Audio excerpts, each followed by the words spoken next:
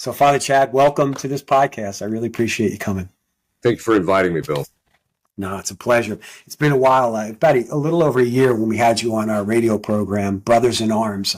We ended up having one of your maybe two and I guess second in command on the laity side, Kyle Clemens as well. He was amazing as well. So You guys do amazing work. So healing of the person. I think to unpack that entire question, there's two sides to the coin. There has to be healing. Why do you even need healing? There's certainly the human side of it, but there's also the world side of it. The world is pretty messed up. Yeah. It's funny because, and I was recently going through my library and I was looking up, the great authors like Hilary Belloc and G.K. Chesterton were talking about these in the early 1900s. But you can even go back further and you can see some amazing works that talk about the problems of the world. It's a general question. But if you were in front of a classroom right now and they asked you, Father, what's wrong with the world? How would you approach that? I would probably say something along the line of the fact that that at the time of the Enlightenment, there was a shift from the objective standard for what was true away from reality, ultimately, to truth became defined as the inner coherence of your ideas. And so this transposition of what constitutes the truth has led people to become disconnected from reality. And there's a whole series of things that we could, talk about in relationship to that. But as a result of that, between that, so that the standard of truth is no longer objective reality, but it's now becomes myself, I become the standard of truth. This is why we hear people saying things like, well, this is my truth, that's your truth, etc. But then the other side of it is from that, because people have become disconnected from reality, and as a result also of sin that has become magnified. I mean, there's nothing new under the sun as far as the kinds of sins that people are committing. It's just that the magnitude of them is much more. And it used to be in the past, most people lead pretty decent lives, but I don't think you could necessarily say that anymore today. I mean, as far as, people will say, well, I'm a good person. Well, aren't you living with your girlfriend? Or, that type of thing. And so there's a lot of the objective morality has been shifted. And so what's happening is people become more sinful. And this is something, too, we can talk about. But as people become more sinful, the psychological health of people is degrading. And this is what we're beginning to see. So the disconnect from reality and then the sinfulness is resulting in a majority, in my estimation, I realize that this is going to sound a bit extreme, but I would argue that a majority of the people in the American culture, and even in a lot of places worldwide, are basically mentally ill because they're disconnected from reality. The things that they actually hold that would be considered reasonable are completely unreasonable in light of the natural law and things of this sort. So I think what the ultimate difficulty is, it's rooted in disordered appetite but that can, in conjunction with just a fatal fundamental flaw in relationship to what is truth. I appreciate that. It's funny because everyone says, oh, if this stuff was going on 20 years ago, it wouldn't happen. Is the pot heating up slowly? Are we frogs right now?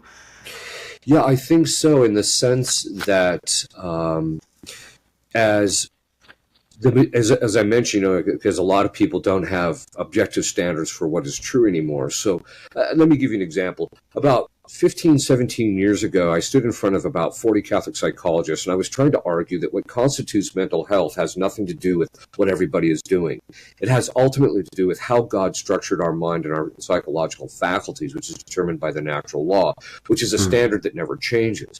And I said, and if you take that as the standard, that is an indicator, because most people aren't leading their life according to the natural law, and they don't even think, their thinking patterns aren't even according to the natural law, that most people are mentally ill. And I gave the example of, and this was 15, 17 years ago, I said, if 50 years ago you stood on a street corner and said, I think two men should be able to get married, they would have hauled you off to a rubber room, right? Because they would have considered you this is just completely outside the context of what any kind of mental health or connecting to reality would be.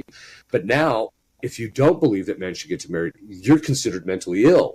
So it's been a degradation, and I think it's getting worse. I think as people get more sinful, And I also think that what we're seeing on things like the mainstream media, what we're seeing in the church, what we're actually seeing in the political sphere, these are all signs of what's already been there for a little while and underneath, but is now coming more to the fore. But also that it's an indicator that things are, in fact, getting worse. And the one thing that people always have to remember, just about the time you think, well, it's not going to get any worse, how could it get any worse, is that there's no bottom to depravity or mental illness. It can always get worse. And so I think we're just going to continue seeing it getting worse. So I think it is heating up, actually, in that respect. Yeah, and I agree. It's that whole concept of the normalcy bias. We are definitely caught up. If you look at history, I mean, look what happened in France during the Enlightenment. They were murdering priests and nuns, for goodness sakes. Look at the fall of the Roman Empire. Empires rise and fall. I mean, there was, I forget the British philosopher that wrote a short memo on the rise and fall of empires. It was a 200-year cycle. I forget what his name was. But that's an easy little memo you can actually just get for free on the internet. Just type, well, I'm killing it because I'm not telling you his name. But philosophically, it's like empires go through these stages. And that's right. We are definitely on many. I mean, you got so many other authors that write about that we're sort of the end of an age, which raises my next question. I've heard you talk about Our Lady of Good Success and everything. Mm-hmm. Approved sites, Catholic mystics, I think of people like Padre Pio, people like Marie Julia Johanni. Do you believe what they were saying, and we could talk about what they were saying, is relevant to today and to the problems we're facing today? Yeah, I think so. It's reported that just a couple of weeks before Padre Pio died, he actually said he was glad he wasn't going to have to be living upcoming in the future because of he could see or was given knowledge of what was going to happen in relationship to the church and things of this sort. So I think that many of the prophecies that we've actually heard I think we're living in a large number of them. There's a few I think that still have to be kind of put in place before we go through what Our Lady said at La Salette, that there will be a minor chastisement. She's reiterated that. And so I think that I think we're starting to live in those times. I think we're getting very close. Part of that, I suppose, has to do with just an estimation of, as things in the church particularly get even worse, but also just in the geopolitical situation, things seem to be declining. In 1929, our Lord actually said to Sister Lucia, he said, just about the time it looks like the whole world has become communist, God will intervene. Well, we're pretty much there. I tell people, if you think about it, to give you an idea of how much control that certain segments of the world actually have over the general economics and the political sphere, if you think about the fact that they were able to shut down the worldwide economy in less than 3 weeks when COVID hit. So that gives us an indicator that we're basically living in a situation where I think Christ's prediction is actually true. Just about the time you think the whole world has become communist. And many of the things that we're actually seeing, like in the societal breakdown, like all the protesting and all the stuff that you actually see in relationship to that, it all fits the communist playbook. And I don't want to get too much into that, but the point being is I think we're reaching that stage where we're going to start seeing things happen in relationship to, the prophecies actually being fulfilled. Yeah, I agree. And I think of Fatima, Our Lady said the final battle would be between Mary and the family, or between the family, or against the family. The final battle would be, I should say, coupled with the fact that technology has made this world so small that they could turn us on or off like that. So we're at that inflection point, and it's even more so now. Go ahead. Yeah, that's true. It's kind of interesting. There's a book actually written by Scozen called Strategic Relocation, and he went through several iterations. It was originally written by his father, if I'm not mistaken, but the last volume, which is the last book, which is the 4th edition. It's very interesting because he scoured the entire earth and said, when it all hits, where's the blessed place to be? And it's a thorough book. This guy, there's practically not an inch of this planet he didn't look at. And he looked at it by a variety of very solid criteria. But in the 4th volume, he said the one thing COVID taught us is there's no place that's safe. There's safer places, but there's no place that's safe.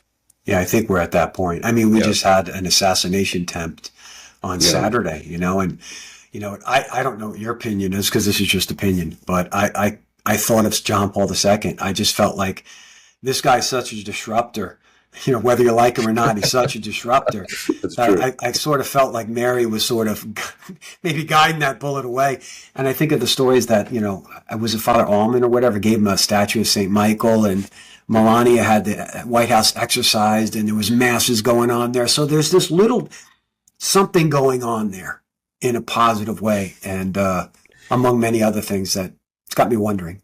Yeah, I think we'll find out tonight in his speech, but one of the things I noticed with him is that his demeanor seems much more sober.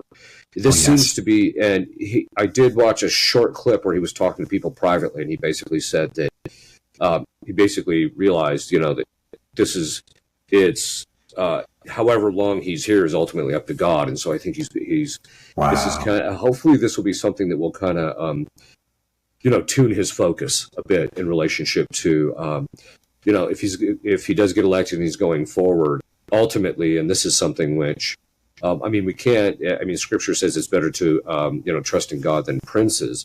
And then ultimately, I don't think that even he can solve the problems in our country, because I think our problems are fundamentally moral. My hope is that this might be something that when he gets in, he takes a closer look at trying to do what the government can do to reform the morals of our country. Yeah, no doubt. God can certainly use princes. Like, look at David, right? Right. But, also I think of, for whatever it's worth, I think of the Hermit of Loretto, that this playboy would actually help bring America back to God. And as bad as it is, and an experience like that, to your point too, it does seem like this man has been affected at an existential level. Yeah. It's something to be certainly pray on and pray for this man and pray for our country. Going back to our sort of more of the topic, you mentioned descent from reality. Yeah. You said we can get into a little bit. How is that affecting the world right now? This descent from reality. What are the dimensions to that?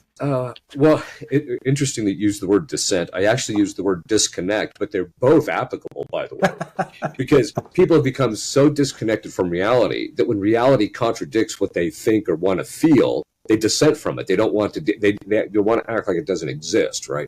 Yeah. Or they want to change it rather than bringing themselves into conformity with it. By that, I basically mean is that people's patterns of thinking. If you look at the way God actually structured the human mind, it was designed to. It's actually a mirror image. I talk about this in my book in psychology. It's actually a mirror image of what reality actually is. So. And I don't want to get into too much because it requires a bit of metaphysical analysis. But the point being is that it's actually designed to be actually know reality, and that's what it's fundamentally ordered to. What's happened is because people they honestly believe that what constitutes the truth is what they think or what they feel. It's not. And this is one of the lessons that I learned in this. I wrote a book called Shop Talk where I talk about this in there. But it's basically, that one of the lessons I learned working under my father is how you feel and what you think has zero bearing on reality.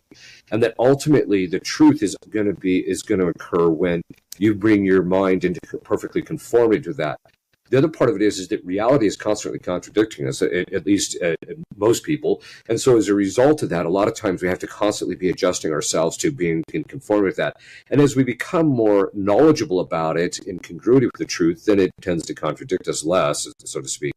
But I basically point out also in this book that, the more people are disconnected from reality, the more painful it becomes to live in reality, because the reality is contradicting them on a regular basis. And this is something which we actually see. And so the other thing I've noticed too is that because they've become disconnected from reality, even the God designed our intellect to have a structure in how we even think and our patterns. That is, logically, there's a series of logical steps, and it has to follow a set of logical principles in order for our intellect to actually come to knowledge of the truth or to penetrate the reality of the situation. And so that the truth, of course, is the adequation. That is, my mind is in conformity with reality. So what I've just noticed is that as people become more narcissistic in a certain sense, or more self-absorbed and more focused on themselves, the more disconnected they're becoming from reality. And it also means that their mental health is declining, just as a general rule. And I just see that there is kind of this kind of a Nietzschean, Nietzsche's kind of approach to will to power in a certain sense, but also there's kind of this attitude of, I want to impose what I think on reality, which then, of course, just messes everything up and makes it more disordered, rather than actually trying to conform ourselves to it. So I'm just seeing this, the degradation of mental health. This is also one of the reasons why I think we're starting to see an uprise in things like not just psychosis and psychotic and the more extreme kinds of things, but even just basic obsessions, and where people are just becoming compulsive. And one of the things I've noticed is that the percentage of our culture that is obsessed about certain things is on the rise too, as well. So it just by the basic indicators, if you actually look at statistically, they actually ran a statistic. This was about 3 years ago, and what they found out is that somewhere about 22% of the population between 18 and 22 have actually seen a psychologist, or in the help of a psychologist, or actually think they need a psychologist. So the percentage that's a significant percentage of the population in that demographic. So we're just seeing everything. I think we're seeing people at that declining.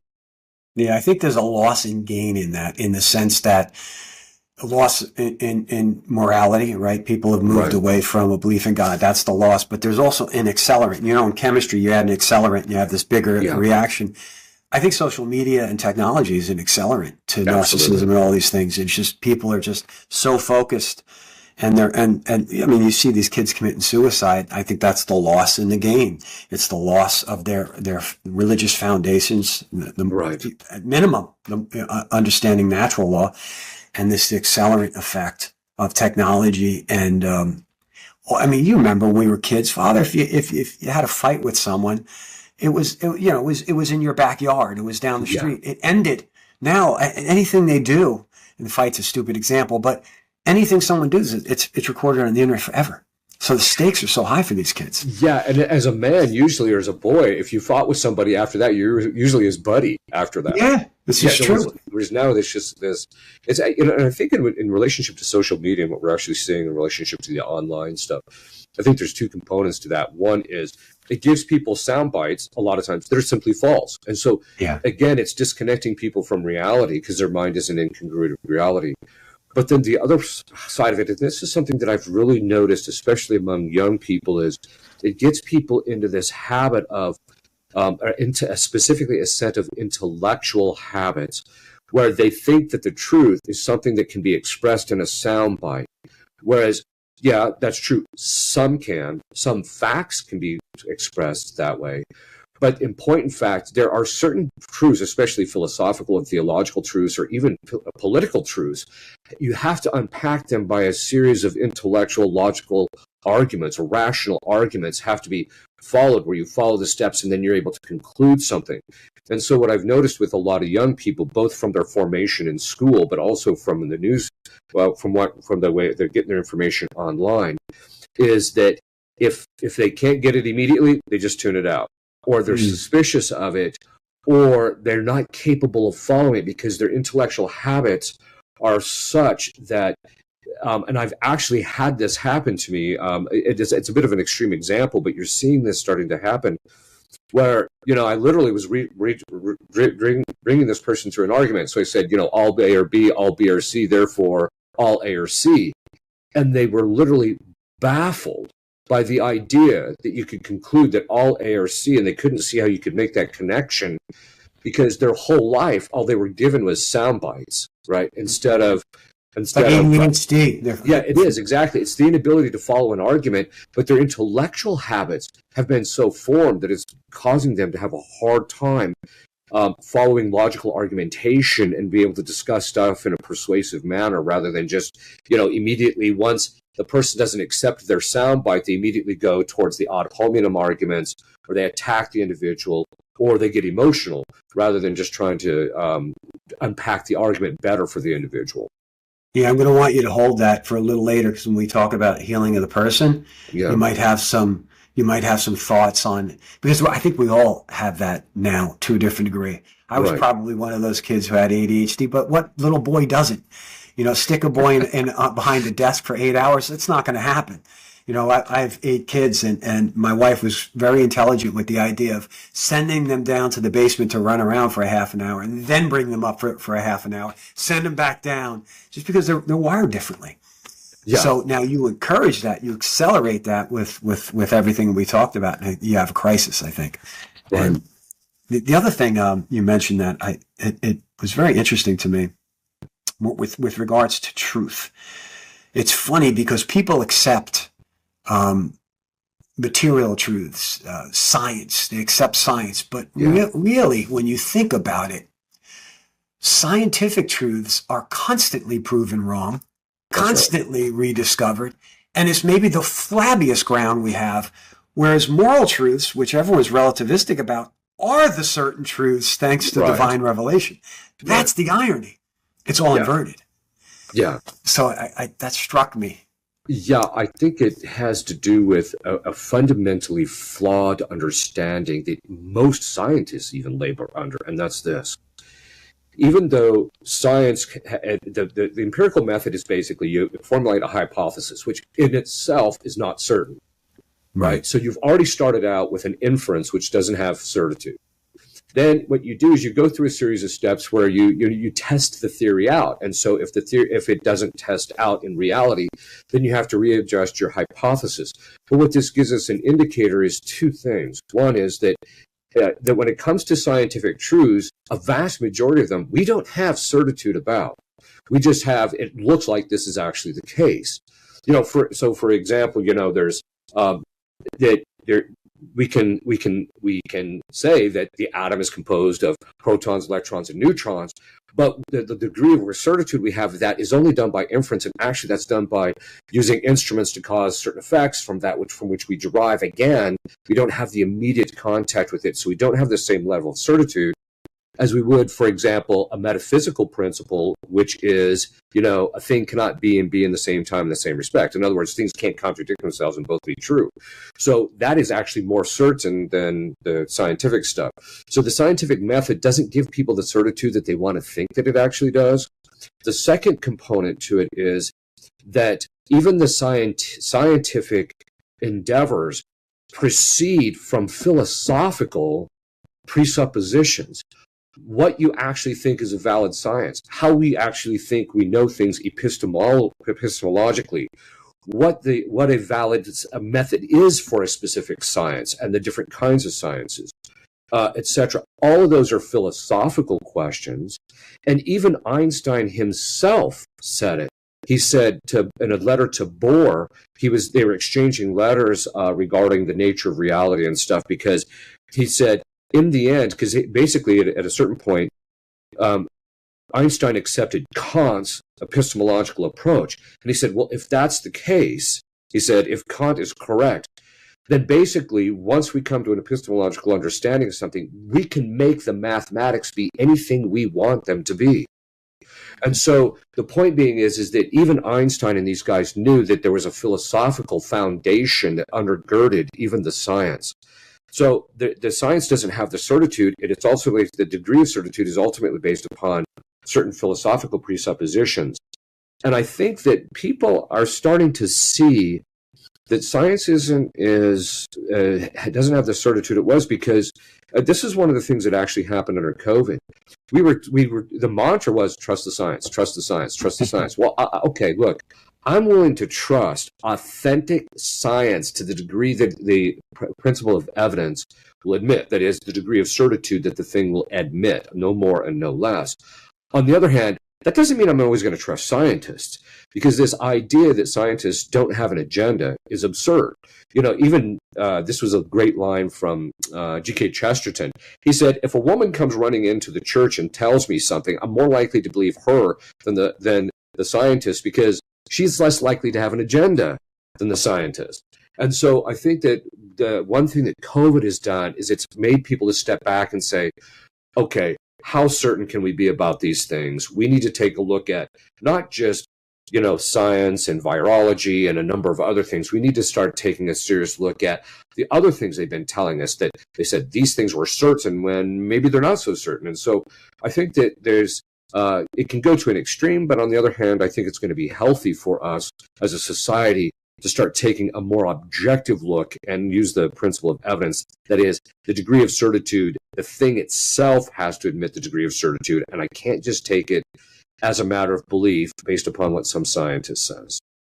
Yeah, it's funny because I'm in the medical industry for 25 years, and I launched vaccines. Mm-hmm. And I remember, it's funny, I launched the Limerix vaccine for Lyme disease back in the 90s. I was on the Upper West Side of Manhattan. And I remember, listen, they had their long-term clinical studies, the short-term efficacy studies, all the key FDA studies completed, and then that vaccine was launched. Within 8 months, despite all that data, it was pulled because it was causing these like autoimmune reactions. And It had all that research. So when this was thrown my way, I was like, wait a second, I'm not being unreasonable. There's no data. And this is a novel therapy that's going to change my cells. It was not an unreasonable pushback, but people just got so caught up into fear and control. My gosh, we can go down a rabbit hole with that when we talk about control. It's frightening. One thing you mentioned, though, that caught my attention a little bit was the dehumanization that I think is going on. You didn't directly say that, but you can see it's occurring. And I thought about, it's funny, I thought about Sartre. Hell is my neighbor. Right. We're called to we're part of the mystical body of Christ. In this great mystery, we're called together. There's community in heaven. Our destiny is before God as community in a sense. Yet that's all this technology, the way the world's going, it's isolation. Yeah. And that I think is problematic, and it causes a lot of psychological issues as well.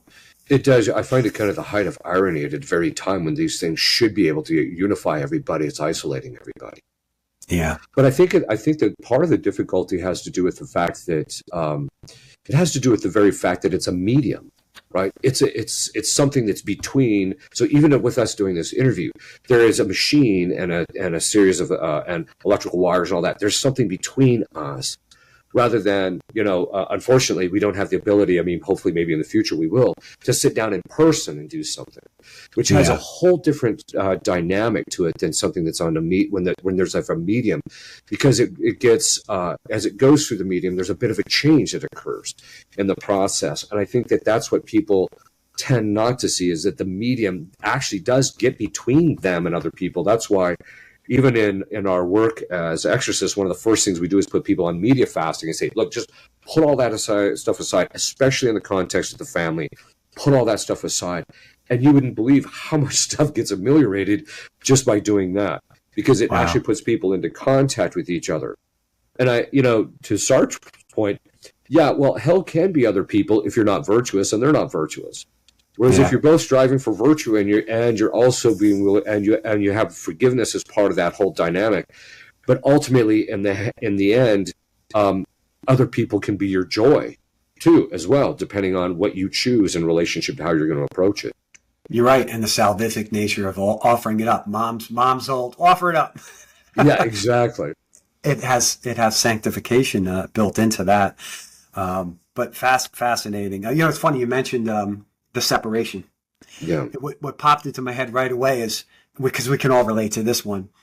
I'm behind a car with my windows up and someone cuts me off. I'm a different person than when they're in front of me. And that's right. I think we can all relate to that. Yes, which is exactly the same phenomenon that actually happens in the news media. People will or in the social media. People will drop bombs by putting a post on there that they would never do to the person face to face. Oh, I've seen it. I've seen in some of the comments, and it's like, really? It's you mentioned about fighting as a kid. There's and boys to men, I think this is a healthy thing, and they're trying to stop this. And getting into a scuffle with someone and becoming fisticuffs at 5 years old is probably pretty healthy, because Yeah. what occurs is there becomes a healthy respect. So I see you. I know I can only push you so far as a man before, right. you know what? The fists are going to come up. So I've got a level of respect, and we all share that among men. And you see that less with women, because they know that we're not, in the ideal scenario, we're not going to raise our fists. So there's something real there, Right. with regards to respect, that's lost with maybe I'll get in trouble for the hyperfeminization of education. Maybe that's I think so. not to that. So let's shift. So there's a problem. The world's kind of messed up. Yeah. Who are we as the person? And again, I asked the theologian, the man who has written and studied in psychology, the priest. Who are we as a person? Well, ultimately, if you look at the totality of the person in his in all of his aspects, ultimately what we are is, on one level, we can define a human person as an individual substance of rational nature, right? We're rational beings, we're rational animals. But ultimately, we are a creature of God. And insofar as God created us, he created us with a specific structure, which we call the natural law, which not only governs how we think, but it also governs our inclinations towards those things which are good and actually healthy for us, not just good on a moral level, but even good for us on a psychological level. Unfortunately, because we're sinful and because of the effects of original sin, these natural inclinations, two things have happened to them. One is that we now have contraindications, so we still have the natural inclination, and yet we still have the contrary inclination in relationship to it. So everybody experiences this when you realize, okay, reason recognizes I got to be more healthy in what I eat, and then somebody brings out the bonbons, and you're just like the lower faculties are inclined contrary to that. So we recognize that we've kind of got this conflict, and St. Paul even says it. My spirit is strong, but the flesh is weak. It goes in a different location. It wants to go in a different direction. So we're kind of stuck with that. But ultimately, we're a creature of God, and so in the end, the only way we're ever going to reach true health, both spiritually and morally and even psychologically, is when we act in congruity with the way God designed us as human beings. And that's why, as a human person, we have to see ourselves as, okay, I'm a rational creature, I'm a rational animal, as was the definition that they've always given. That means I have to act according to rationality, but my reason itself is directing me towards, serving God, and ultimately, through grace, we know, and through the teaching of the church, we know ultimately to see him face to face, and that's where we're headed. So that's our full context. So we're a rational animal that is dependent upon God for our existence and ultimately for our happiness. Can we break the human person down as mind, body, spirit as well? Is that a simplification? Is that? Yeah, you can, in the sense that a lot of it depends on how you understand those actual categories. So, but yeah, in the sense that the body obviously is the physical, tangible aspect to it, and then the spirit, of course, would actually be the soul, which informs the body and it makes the human body be a human body as opposed to some other thing.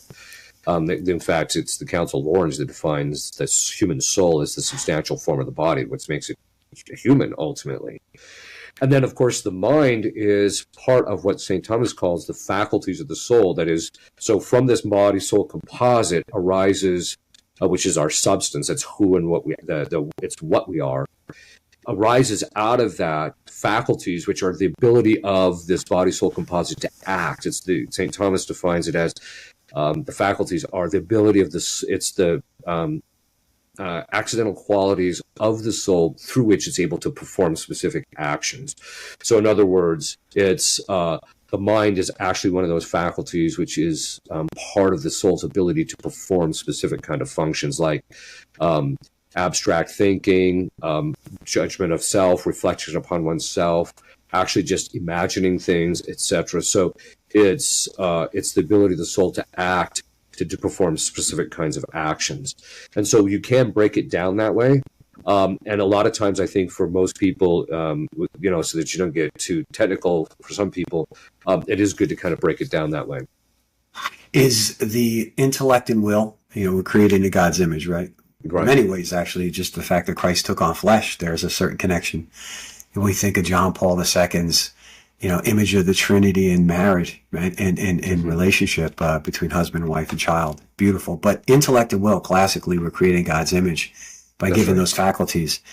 Is that a product of the spirit, the soul? Okay, so St. Thomas says that there are two kinds of faculties that are like that. The first are those which are the result of the body form composite. So they actually arise out of both the body form composite. So, for example, our five senses, it's interesting because St. Thomas says the five senses are actually a case of the soul being able to act through the body. So it's actually not, makes it different from an animal in the sense that an animal, it's purely a physical thing, but for human beings, there's a spiritual component that's actually occurring when I sense something, or even when I imagine something, because the imagination is actually part of the physical part of the brain. Or my memory is part of the brain. And the way we know that is you hit somebody over the head and they get amnesia, right? So that's an indicator that, and so St. Thomas says it's based upon how well the body is arranged determines how well the soul is able to act through that particular bodily organ. So basically he says sight, for example, is a function of the soul acting through the bodily organ. So both are required. And then, so it's a composite. Well, then he says there are certain kinds of faculties of the soul that act independently of the body. And this would be part of the intellect, which he calls the possible intellect. So the ability that I can actually self-reflect, the fact that I can be both the thing known and the knower of that thing that I'm knowing, so I can actually know myself, is something that requires self-reflection. And he said that cannot be done by something that's physical, which is actually true. This is why animals don't have self-reflection. This is why when you're experimenting on a rabbit, when you come in, he doesn't say, hey, I've been stuck here for 3 days. Can you stop doing this to me? Right? He doesn't do that kind of thing because I'm not saying that they don't suffer in some sense, but that's just, they don't have that same kind of a thing. And then also the will is a faculty of the soul that works completely independently of the body and we experience this as ourselves, that we can actually make choices and it's not determined on how we feel or what our body disposition is or what have you. So we can actually make those choices. So those are the two kinds of faculties that can actually function in a human being. It's a unique interplay in a certain sense. Mm-hmm. The effects of sin on the person. So sin is primarily in the will, in the sense that it's a choice made to pursue something that we know is sinful or bad. And so there is two. So there's the sin. And then there's which is in the will, and then there's the effect of the sin. And there's two kinds of effects of sin. The first are that every time we sin, we actually cause damage to our interior faculties. So, for example, you can't will, St. Thomas says, it's impossible to will something evil as such, because our will is ultimately designed by the natural law to choose the good. Now, that means we have to choose something that's either really, truly good or something that is only apparently good. It's not actually good. And we can't really choose something that's apparently good unless we go through a specific set of steps. And this is something which we all experience. So, and we know we do this when we commit the sin. So basically what happens is the will, because it's presented by the intellect says, hey, I can steal this woman's purse, right? And so that thought of stealing the purse is, I make a judgment of conscience, which is part of the intellect, and it says this is, I could get the purse. It's a Gucci purse. It's worth $5,000, so I can sell it and make a lot of money off of it on eBay. But this is theft, so it's evil. That's presented to the will. Now, the will can't choose it under that aspect of the evil. So what the will actually has to do is it has to move the intellect to ignore the evil, right? So that's the first thing that we have to do. I can't focus on the fact that I'm committing theft or committing some evil. I have to focus on, I'm getting this good thing. And we all experience ourselves in doing that when we commit sin, that we ignore this. Every time we do that, we're moving the intellect to represent the object back to the will so it can choose it in a way that's not in congruity with reality. We actually have to falsify the presentation, and every time we do that, it does two things. One, it causes violence to the intellect because the intellect is designed to know the truth, and so we actually cause this the violence to our intellect, and the principal effect of violence is you weaken the thing that you do the violence over. And so every time we do that, it actually causes damage to our intellect's ability to grasp the truth. How do we know this? Well, if we keep doing that, then eventually it gets to the point where the intellect, it stops judging that this thing is bad over the course of time and just presents it as a good, that this is good. And so I stopped seeing this as bad. We actually have seen this. This is what happens with people who become pathological liars. They get to the point where they literally can't discern that something is bad or that they're lying or even that something is a lie at a certain point. We also saw this even in our own culture. So, for example, if you looked in the 50s when the fornication really began, it was just quiet. Nobody was talking about it. They knew it was wrong. And so but then when it came to, so that was in the 50s, that was the greatest generation. Then when the hippies came along, the greatest generation didn't stop the hippies from doing it. So it went from, hey, I know this is wrong, even though I've fallen, and so I know it's sinful, to they might have taught their kids that it was sinful, but they didn't put any restraints on it. So over the course of time, the boomers actually thought that it was great to have free love and this, that, and the other thing. And then by the time you got to the millennials, their kids, they don't even know that fornication is immoral. They actually think it's a good thing. They actually think that you should live together before you get married to make sure it's going to work out, type of thing. And so you see this degradation even in the culture, but that same thing can actually happen in people's thinking where they start out knowing something sinful, and then they give into it, and then over the course of time, it causes that blindness in the intellect where they can't even see that it's bad. This is one of the reasons why actual grace enlightens the mind and strengthens the will. God has to clue us in, hey, you're doing something bad here, and then we're able to see it again. Okay, so that's what it does to the intellect. But then it also disorders our lower faculties, because in order for me to execute this sin, I have to actually imagine the thing. So now my imagination is going to be affected. My memory, because what's in my memory is going to be stored, my imagination is going to be stored that way. The associations I actually make, which is part of what the brain does, are now going to be falsified. So I'm going to associate, hey, it's a good thing to steal people's purses or what have you. And so those associations are now done at a lower level. So my lower faculties are messed up. And then emotionally, I'm giving into my emotions because I desire this Gucci purse. So now what I'm doing is I'm increasing the emotion's inclination to pursue things that are contrary to reason. This is why later when people try to say, okay, I got to get my act together, their emotions are still out of control because they're still inclined this way because I've kind of done this damage. So that's just the extent of the internal damage we've caused. And this is one of the reasons why I say in my book that you can actually cause mental illness by sinful behavior over the course of time. Now, not all mental illness is the cause of that, but it can be caused by that. Then the external effects of my sin is now I've caused damage in external reality. Like, for example, if I yell at my wife, although I'm not married, but if I were married and I yell at my wife around my kids, that starts to affect the kids and their associations about how, your mother can be treated or how your wife is to be treated. Or it also causes conflict because the children love their mother. And so the fact that the father's attacking her, etc. And so it can cause the external damage plus, like if you've stolen something or etc. So you cause external damage. And so these are just unpacking the effects of sin. And so what we're seeing now in the societal breakdown is the fact that nobody is putting the brakes on sinful behavior.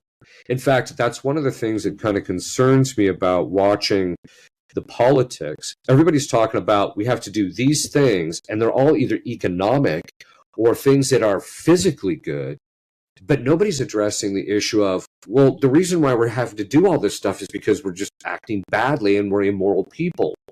And so that's one of my concerns. But anyway, the point being is the societal breakdown, the reason we're seeing rioting, the reason we're seeing people kill each other, the reason we're seeing attempted, assassinations and things like that is because people's moral code has broken down, or they don't have one, and as a result, they're just the effects of their sin have gotten to the point where they're just blind spiritually to, and even morally, what is acceptable behavior and what isn't. Yeah, so much of that is gradual for the person. I think of the little, okay, you wouldn't call it a soliloquy, but the idea of you sow a thought, reap an act. Sow an act, reap a habit. Sow a habit, reap a character. Sow a character, reap a destiny. It's this progression that leads you down. I wanted to ask you, you said something about how a lot of this started going wrong in the 1950s. I've often had a theory on that, and you could say you're completely off, Bill, but like I see these guys come back from the horrors of war, and they're just beat down. Yes. And, everything is relative to what you've seen. So it's like you see a kid misbehave, you know what? I just let him go. I've seen worse.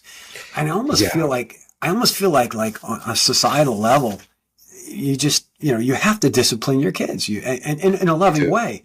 But I just sort of feel like maybe that's part of this process and how war, can lead to that inevitably societal breakdown. It was a world war. Oh yeah, no, I absolutely agree with that. Because I've been given that a fair amount of thought. I think part of it had to do with, that the war was so difficult. Plus, you have to remember that was the same generation that actually went through the Depression, and so by the time they get through the Second World War, they're morally exhausted in a certain sense. To keep embracing their cross becomes more and more difficult.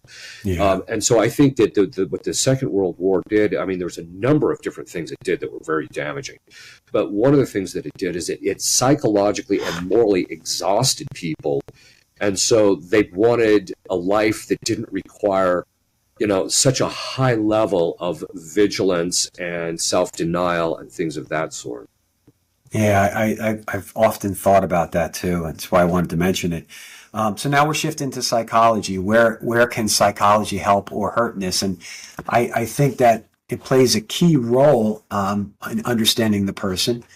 I'll start there. And one of my favorite books was Man's Search for Meaning by Viktor Frankl. And his second part of that book, first part was his time in Dachau, but the second part, he sort of unpacks existential analysis, logotherapy. Right. And the whole principle being that man is in search of meaning, right? Meaning, it's purpose-based. And, I love a couple of things that he came up, the whole neugenic. You hear science talking about spirit, that we have this spirit. That's one of those scientific bridging points in my mind. Right.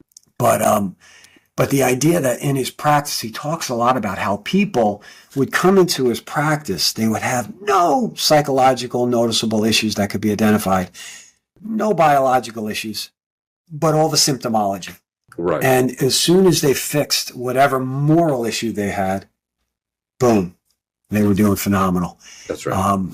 So let's talk a little bit about psychology, the benefits of it, or the potential dangers as it relates to the person today. Yeah, I think that the fact that you're talking about both the benefits and the dangers is key, because it really depends upon which psychology or which psychological theories that people are actually proceeding by. So just a little bit of backup. So historically, psychology as a study of of mental health actually kind of began with it kind of had its bits and starts here and there, but it was Franz Brentano who initially kind of got the thing going, and he actually had an Aristotelian approach to this, that human beings are basically a body soul composite, and we have certain things, etc. But then he in the Catholic sphere he lapsed into heresy, which created a bit of so people just kind of disregarded him. But then you have the rise of the psychological schools like Freud, Jung, and some of these guys, and they were primarily materialists. Even though Jung talked about the soul, it didn't have the same connotation as it did in Christianity. And so there was kind of this materialistic approach, and also with behavioralism with Skinner and the like. There was kind of this basic attitude that, well, basically man is just an advanced animal, so if we just form him and train him right, well, it would get him where we want him to be, type of thing. And there was a kind of a disregard of things like sin, spiritual life, grace, also, other aspects of there wasn't even a concept of even the natural law or a structure to this thing. It was just kind of various theories. Now, some of the stuff that they actually came up with is true, but it has to be understood in a certain way. Then we go through, so the psychological schools kind of perdured up until about the 70s and into the 80s. It started kind of breaking down, and then there was kind of a shift towards a more medical model of psychological health. And this is when you saw the rise of psychotropic drugs, especially in the 80s, and their predominance became very predominant. But then with cognitive therapy, that started to change things a little bit too. But but what happened was, you even see this discussion even in the 50s among some of the psychologists, but it wasn't really predominant, even though there was a recognized problem. You don't really see this come up to the fore until you get to the 80s, 90s, and into the aughts, that you actually start to see, well, wait a minute, there has to be some type of philosophical anthropology that undergirds how we understand what a human being is, what is psychologically healthy, what is acceptable behavior in the context of those things, so that we can actually begin in relationship to the therapy, that we can actually begin to see this is what is psychologically healthy behavior for an individual. And so and then also we have to, and what is considered unacceptable behavior. Okay. In the context of also that there's the shift to the medical model, but the problem with the medical model is what they begin to realize, which I can talk more about if you want me to, is that it didn't solve the problem. It tended to mask the problem. It tended to blunt people's emotional responses and things like that, rather than actually solving the issues that the people were actually having. And let me ask you, is it because it doesn't seek towards root causes? I see this in medicine. Yeah. Some of the most brilliant people I know are doctors, surgeons, but medical school is funded by industry, right? Us. Yes. Yeah. So it becomes identification of disease. Here's my drug, or here's my procedure. That's it. Yes. That's not seeking root causes. Whereas when you talk about, the anthropology, I think we mentioned this offline. My wife is a psychotherapist, Catholic psychotherapist, right, and she trained at DMU. She's on faculty there, but they utilize the Catholic Christian meta model of the person, right, which is an approach where that you grab sort of the best philosophies across the board, but it's understanding who the person is. Anthropologically, I can't speak right now, that they're created in the image and likeness of God. Right. So that's more that's recognizing roots. Am I onto something with that? Absolutely. It's the same. Yeah, it's exactly the same problem that you had in medicine, which is basically, here's the symptom, which is actually the effect of the cause. We'll treat the effect rather than actually getting to the cause, because the cause is either the behavior or something internally that actually has to be addressed first in relationship to it. And so, things like cognitive therapy can actually be very beneficial in the sense that they can help people to learn how to make the proper associations and change their patterns of thinking, etc., which is kind of gets more to the cause to some degree. But and this is actually one of the reasons why I wrote the book, The Introduction to the Science of Mental Health, is precisely to provide an overarching anthropology, so that, as you mentioned, there's various parts, there's various aspects of Freud stuff, there's Jung stuff, of Skinner stuff, as I mentioned, the cognitive therapy. Even the other side of it too is that during the into the aughts and into the teens, there was also a shift towards a more objective scientific approach to, look, the psychological schools, they're not working. Let's just break this down and see what if there's a scientific approach, and some of those have been pretty helpful. This is also about the same time, especially from the 80s on, that they start the actual brain science really starts to take off. So the understanding of how the brain functions and all of that really took off. So what I did in this book is I took St. Thomas as the foundation, or primarily philosophical anthropology, because John Paul II says in Veritatis Splendor, he says, the church takes the Thomistic teaching of the natural law into its own. Now that means two things.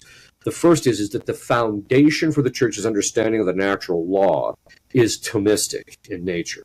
But as a foundation, it also means, in which he's absolutely correct, is that the church's understanding of the natural is more developed than St. Thomas. So it's the foundation, and that the church developed based upon that.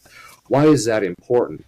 Well, because the natural law is based upon the philosophical anthropology, what's a body soul composite, what our faculties are structured, what we're inclined towards based upon the natural law, and what therefore our intellect and how it's structured by the natural law and what it's inclined towards determines what constitutes its ultimate health.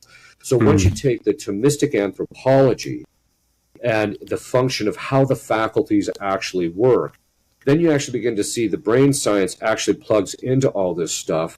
The good things that we're seeing in the various schools, the good stuff can then be kind of plugged in and used, and so you can have a synthesis of all of it together in a coherent whole. And then you can also exclude all the stuff that's not helpful and is actually harmful.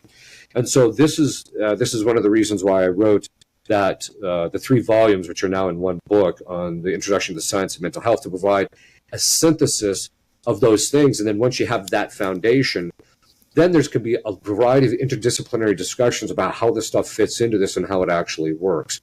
And so this is one of the reasons why we, Liber Christo, we actually put on, every year we put on a mental health care professionals thing in which we have Thomistic psychology, which we teach as the foundation, because what Catholic psychologists are looking for is precisely an anthropology, a coherent anthropology that they can kind of plug into, that will give them the foundation and the criteria for judging, okay, this is sound therapy, this is not, this is sound approach, this isn't. And so that's kind of the approach that we actually have. And we also do discuss about how you can discern between something that's diabolic and something that's human, in that context, to give them a sense of it. Not that they're going to be diagnosing whether people are possessed or not, but it gives them that criteria for dealing with that. But this is precisely why we've been working in this area, and there is a shift among the Catholic psychologists that there needs to be a more thorough job done on this. So we're actually starting what's called the Thomistic Institute for Psychology, but it's in the initial stages. We hope to have it off the ground in the year 2000, but we do provide the training for people to get some of that anthropology. There's other groups that are also doing some very fine work in this same area. You mentioned one of them. So I think as we go forward, it's going to be precisely the Catholic psychologists that are going to be able to provide a coherent approach to mental health that will be a more lasting and be something that's going to be more impactful long term. Yeah, I think because its root causes, it's sin, right? It is, the weakening of the will, the darkening of the intellect, the sending human emotions to chaos. That would be my slide title for all that beautiful Thomistic stuff you got into. Yeah, exactly. It would be Augustine's little breakdown. Yeah, in fact, and the reason I get into the faculties in my book is because every time we sin, we're messing up our faculties. So basically, you could basically eliminate, probably 70% of all mental illness if people would just stop sinning. Right. Actually, I do. In the book, I say all mental illness is connected to sin, either actual or original. And by that, I mean, it's either because of original sin, and so there's certain effects that we labor under, and there's certain bad things. But then there's also actual sin, either our own or what people do to us, just causes damage, too. So if people just stop sinning, there'd be a lot less mental illness. But that also tells you why our culture, the reason it's descending more and more into mental illness is because people are just becoming more sinful. Yeah, and it's just accelerating. Yeah, you almost wish, Lord, if you could have maybe held St. Thomas's vision of heaven a few more years, we could have learned a little bit about human psychology and how to properly use psychotropics. He would have written about it. Who knows? Exactly. But it's funny you mentioned. I had a thought too, because I'm not opposed to psychotropics, SSRIs, but I think that they're not the end all be all. I think a proper utilization of those should be almost as a stopgap. All right, you're in crisis. That's correct. You're in crisis. Yeah. And now let's dig. And that's where psychotherapy comes in. That's where spiritual direction comes in. And that's what's missing. I think so much. Yeah, for me, psychotropic drugs, it took a while for me to have a full formulation of it, but I did notice that you're right. They weren't getting to the root causes. That was something I noticed fairly early on. Look at all the shooters. They're all on these. I mean, something's going on. So it took me a little while to kind of formulate, and then as time went on, it wasn't until I observed there's a school in Poland, and their basic approach is this. that psychotropic drugs are basically, as you mentioned, a stopgap. You use them temporarily to stabilize people who are otherwise out of control. So you stabilize them, but then you try and get them off of them within 3 weeks. And there's a specific reason for that. And it has to do with the fact that in the 1980s, through the brain studies, what they found out is that when you put people on psychotropic drugs, because they thought, well, this would help the dopamine uptake regulation in people's brains, right? And so this is why they were giving this to people. What they found out, though, is that the psychotropic drugs, what it basically does is that when you increase the amount of dopamine that's occurring within the brain begins to develop receptors to accommodate the specific dopamine uptake. So that what happens is that over the course of time, the drug starts to lose its efficacy because you're increasing it, and you have to keep increasing the drug, and then it reach a certain threshold where the drug is no longer going to increase the dopamine, and the brain just keeps adjusting to this dopamine uptake. So what happened, but the downside to that is, then they begin to discover that if you take people off the psychotropic drugs, you still have all these receptors, and so now people crash. And they're not sure whether the brain actually fully recovers from this process. They knew this in the 1980s, and yet because psychotropic drugs is $1 billion pharmaceutical industry, they kept saying it, and the pharmaceutical drug companies themselves were aware of this problem. So if your viewers want to take a look at it, there's a 2-part video series done by Robert Whittaker. It's called Psychotropic Drugs Do Psychotropic Medications Fix Chemical Imbalances in the Brain? And in there, he unpacks the whole history of this discovery of the fact that in the end, it doesn't really solve people's problems. And so that initial dopamine uptake can give people an initial stability to some degree emotionally, and even in some degree in relationship to certain kinds of thoughts. However, it doesn't solve the long-term problem because, as you've noted, the cause has not been removed. And so that's why I think that the Polish approach is the right one, which is you put them, if somebody needs it to get stabilized, if they can suffer through it and kind of get to it, that's actually better because they'll grow in virtue, and the brain does adjust itself to plasticity. Yeah, exactly. It does adjust itself, and so they're actually going to gain much greater stability sooner if they're able to stay off of it. But if it's to the point where the person is manic or completely out of control, well then, okay, you give them to them to stabilize them. But then before this dopamine receptor problem begins, you need to get them off. And that's why in that process, you need to do exactly what you were mentioning. You need to give them proper therapies, talk therapies and others that will help them to begin to get stabilized and actually address the root cause and the actual problem. Yeah, interesting. It's funny because on the psychotropic level, there's a danger. So it's not just an attenuation, which is the case with many drugs. They tend to weaken as the body sort of gets used to them. If you will, same thing with supplements. There's this attenuation that occurs. And we're not saying we're not telling anyone to go off their drugs. If you have a chronic condition, you stay on you listen to your doctor. Right. But these are important things to take note of. You mentioned the Polish centers.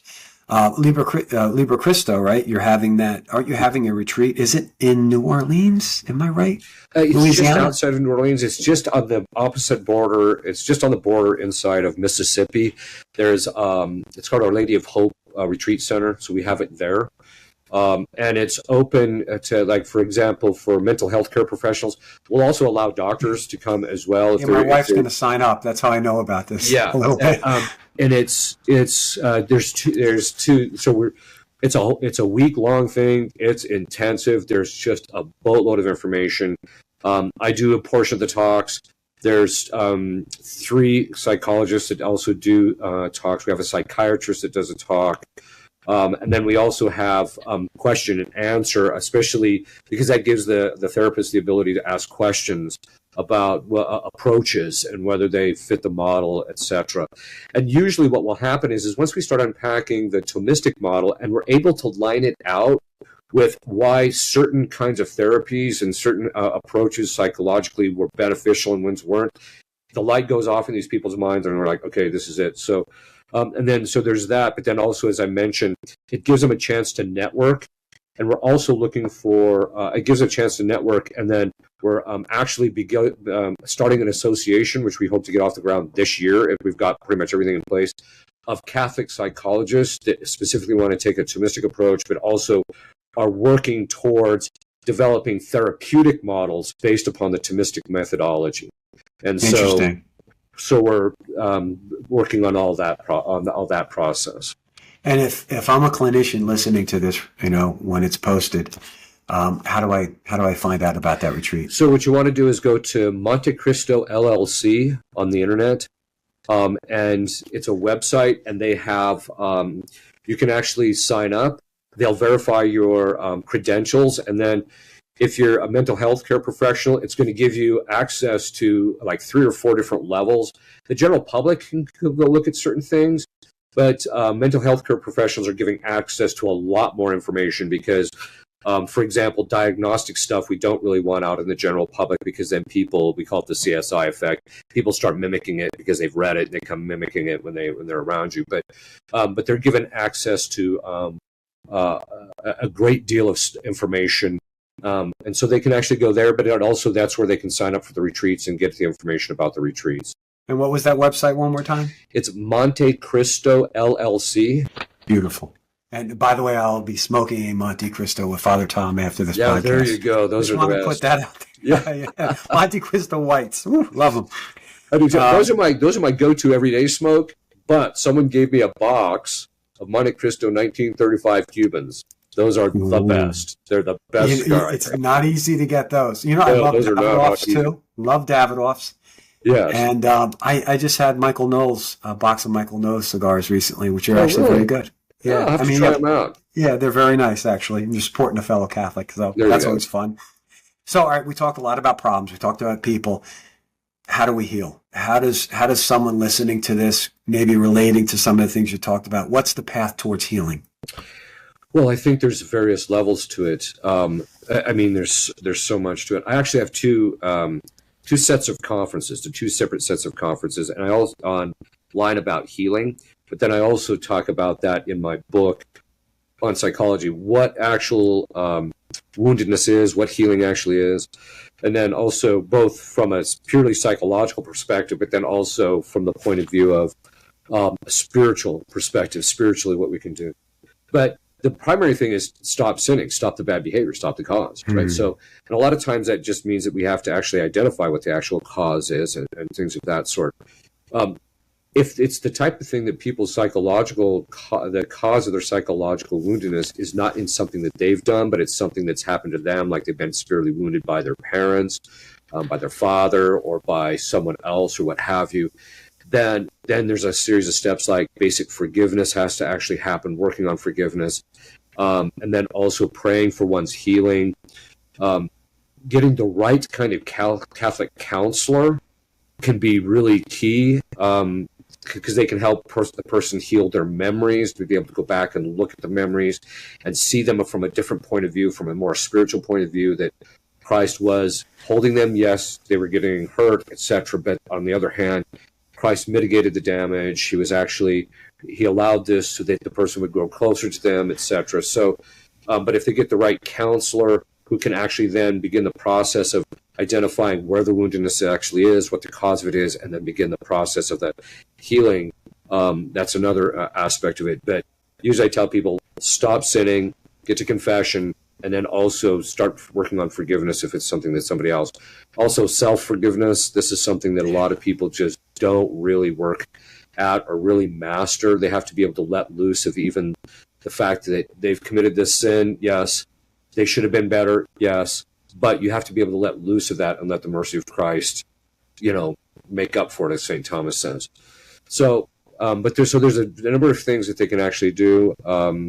And so they can take a look at those conferences, but usually I recommend, if it's something that they really need to work on, then they need to find a good Catholic therapist in their area. This is another reason why we've kind of been working with mental health care professionals, because we're starting to keep a list of solid Catholic healthcare professionals around the country who they can recommend. You can't just recommend them because they're Catholic and they're healthcare, because sometimes those two worlds don't necessarily meet. It has to be somebody who's actually working on the synthesis between the two. I agree. I think, sadly, and I think it is sadly, there's two camps, Yeah. and you're trying to find the medium. It's either secular counseling Yeah. or psychotherapy, or Christian psychotherapy where it's a Bible verse and there's no Yeah. psychotherapy.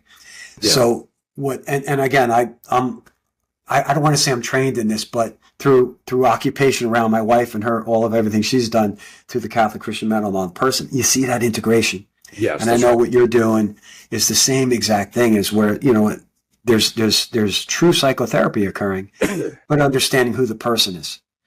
And that's critically important. That's really again, important. The other thing is, too, and this is something they used to say, that there were less, this was before the Second Vatican Council. It's not because of the Second Vatican Council, it's kind of the line of demarcation they take. But they said before the Second Vatican Council, there were less Catholics in mental institutions than any other denomination. Yeah. After Vatican II, there's actually more Catholics in mental institutions than any other denominations.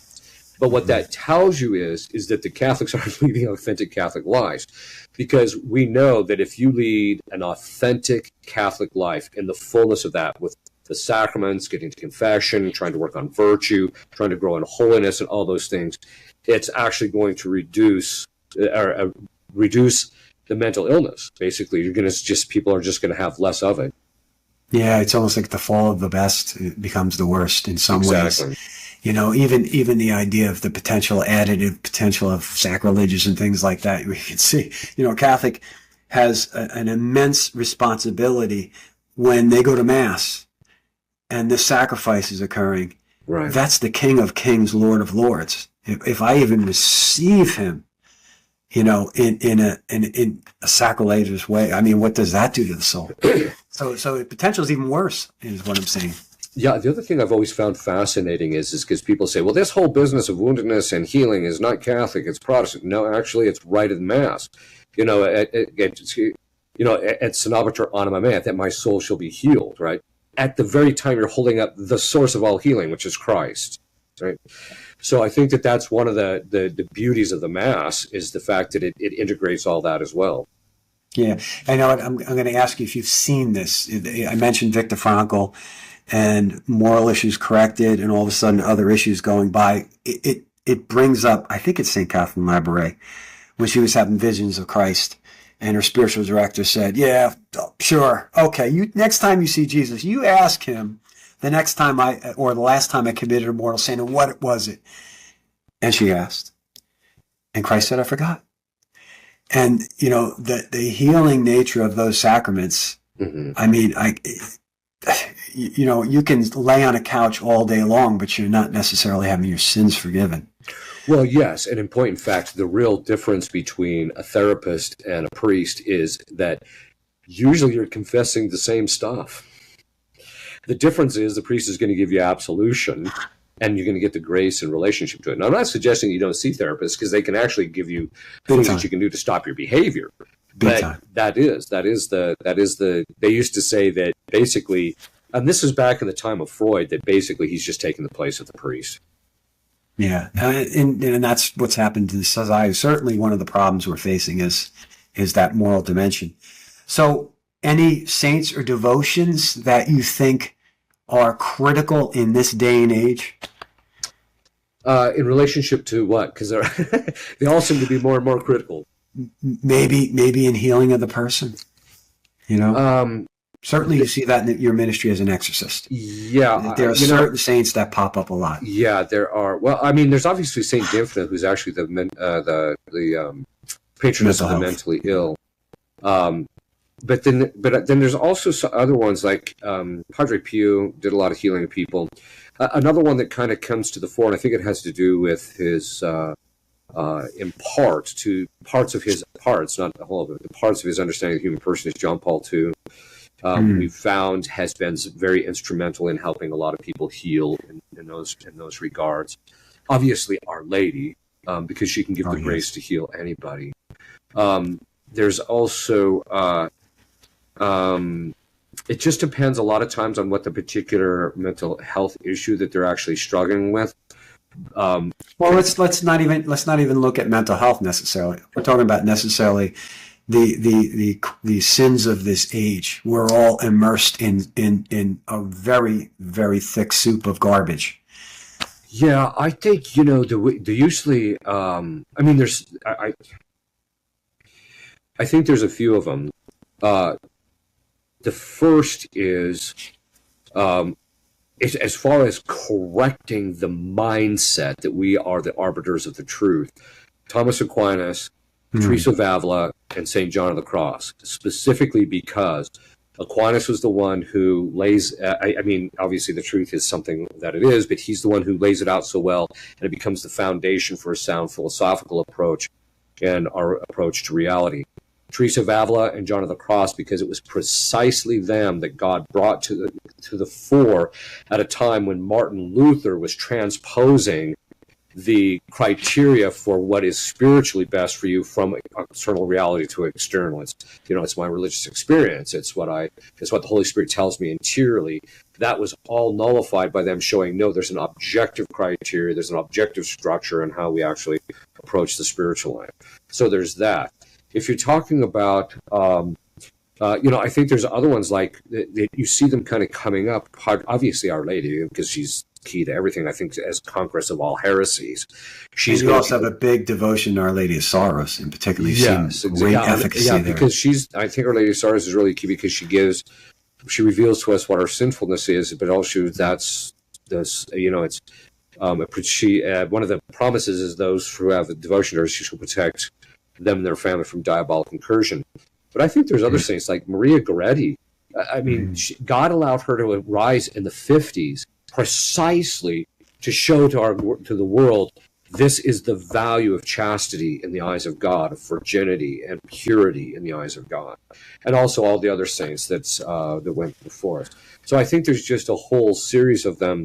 Another one that I find kind of interesting that has come to the fore kind of repeatedly is Saint Joan of Arc, because treason. Saint Joan of Arc is the nemesis to Satan. There's numerous nemeses of Satan, but she's the nemesis to Satan under the aspect of Satan as the inciter of treason through ambition, which is precisely the problem we have in our government. It's precisely the problem we have in the church, and so in industry. Yeah, we talked about pharmaceuticals.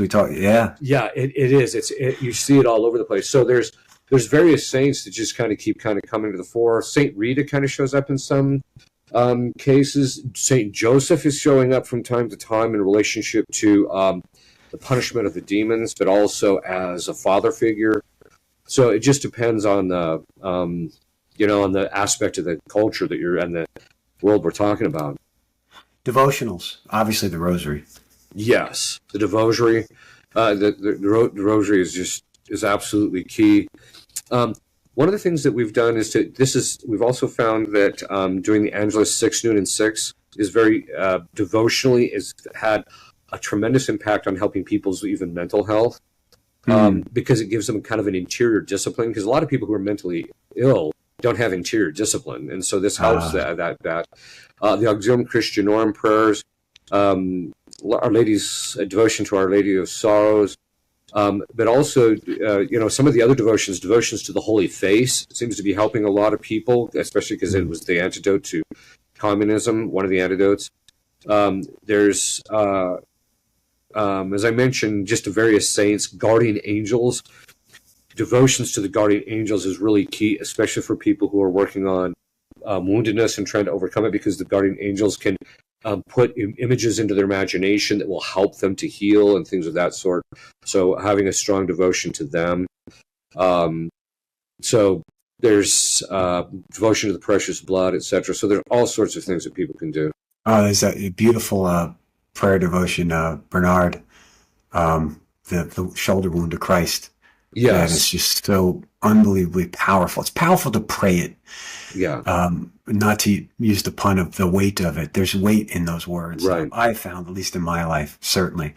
I'm a big lover of the Chaplet of Divine Mercy.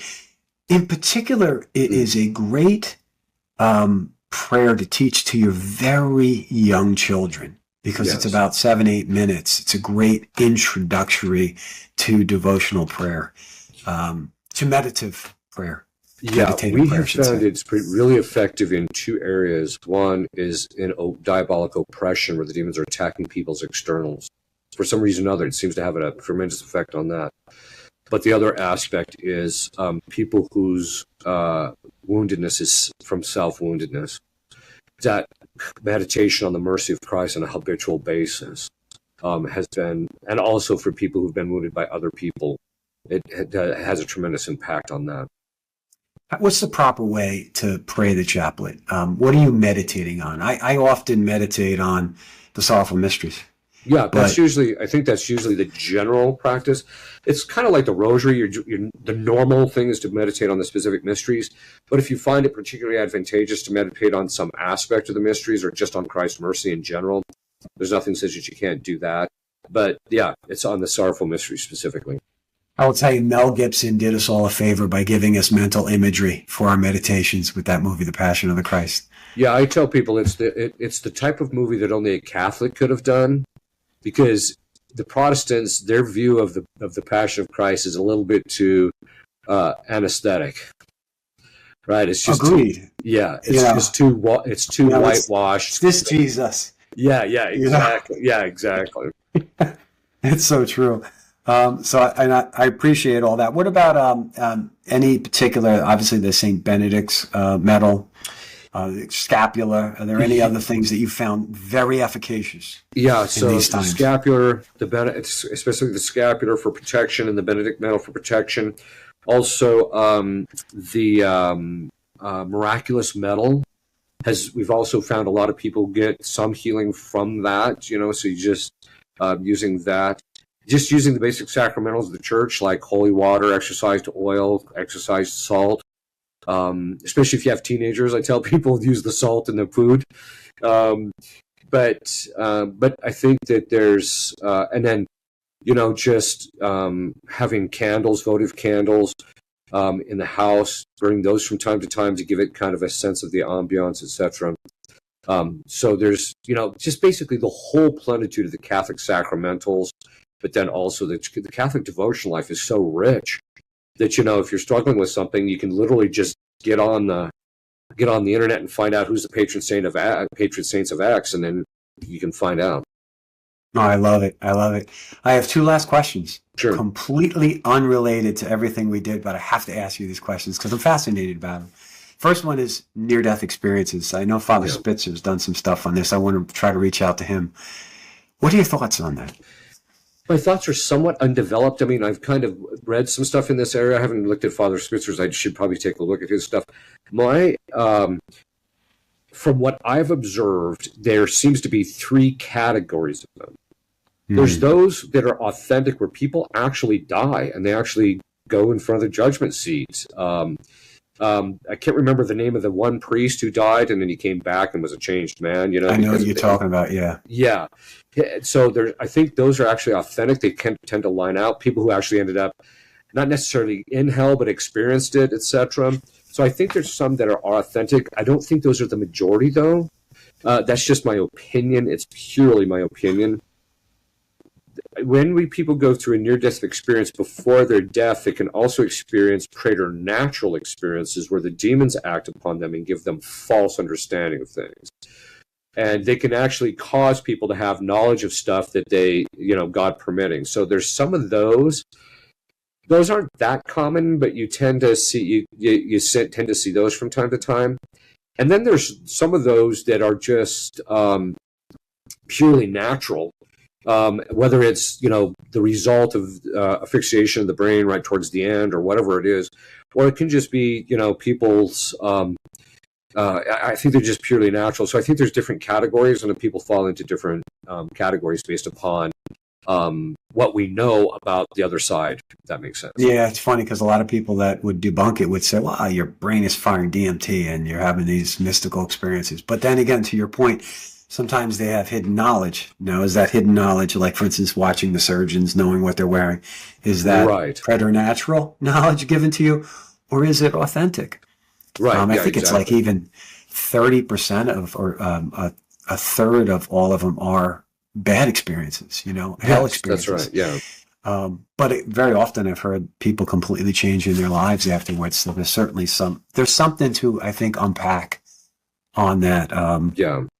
The other question I wanted to ask you, because it flows into this, and this is your knowledge of psychology. There's a big push right now. You see it with Hopkins doing studies and so forth on psychotropics. No, I'm sorry, psychedelics rather. Oh, yeah. Psilocybin studies and things like that. I'm fascinated, but I see a potential danger in that as well. Yes. What are your thoughts on that? Because that's going on wildly right now in studies, including there's a study that they're doing with clergy and psilocybin right now at Hopkins or NYU. Yeah, the danger is with these types of things is that, and this is something that the entire pharmaceutical history, ironically, has talked about, but also just the Catholic history has talked about, is that if you're using a drug in a manner that is that takes away the use of reason, and there's not a proportionate cause, or if it's being done in a disordered way, it can actually open you up to diabolic influence. So we have seen those kinds of things happen. It doesn't happen too often, but it can. And so, on the other hand, God obviously has them here for a reason. And so I tend to subscribe to St. Hildegard's approach, which is there is no illness in man for which God has not provided a solution in nature. And so could these things be used, like in super minimum low doses, or could they be used in a derivative form or something like that to help people to overcome specific things? I think the answer is possibly.